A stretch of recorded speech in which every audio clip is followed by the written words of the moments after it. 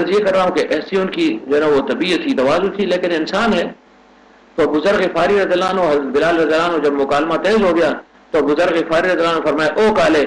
او تورا، جیسے ہم کہتے ہیں توری بشری. جب یہ بات کہی تو حضرت بلال کو یہ بات بڑی ناگوار گزری کہ دیکھو جنگ اور لڑائی تو اپنی جگہ تھی، لیکن مجھے یہ جو ہے نا تانا اور کیوں دیا ہے، میری جو ہے نا شکل و صورت کے تو اللہ نے بنائی ہے، کسی کو سفید بنائے، کوئی گورا ہے، کوئی گندمی رنگ کا ہے، کوئی کیسا ہے، کوئی کیا ہوا، یہ تو اس نے جو ہے نا اچھا نہیں کیا. تو غالباً پیغمبر صلی اللہ علیہ وسلم کے پاس بات پہنچ گئی، کہا اللہ کے رسول اس ابو ذر نے مجھے کالا کہا ہے کہ تو کالا ہے، وہ تو حبشی نسل ہے، ہمارے اندر تیری حیثیت ہی کیا ہے.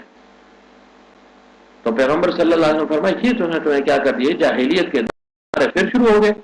اے کھولیے. دوسرا یہ کہ ابو ذر غفاری رضی اللہ عنہ یہ بات تو کہہ گئے، فوراً دل میں نادم ہو گئے کہ یہ تم نے کیا کہہ دیا،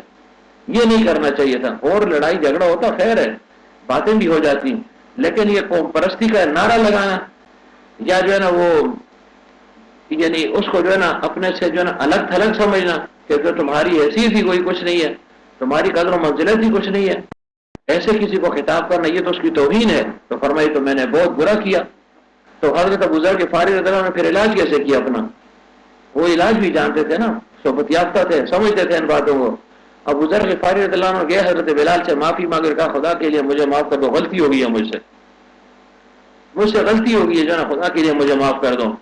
اور فرمایا ایسے معافی نہیں ہوگی. زمین پر لیٹ گئے اور فرمایا تمہیں تیری جو ہے نا رب کی قسم ہے، اللہ تعالیٰ کی ذات کی قسم تمہیں دے رہا ہوں، میرے پر اپنا جو ہے نا وہ پاؤں رکھو، خوب اس کو کچھ لو تاکہ اس کی اصلاح ہو جائے کہ اس نے تمہیں کالا کیوں کہا ہے. میں نے تمہیں کالا کہا، اپنے کو گویا خوبصورت کہہ دیا نا، تمہیں بدصورت کہہ دیا.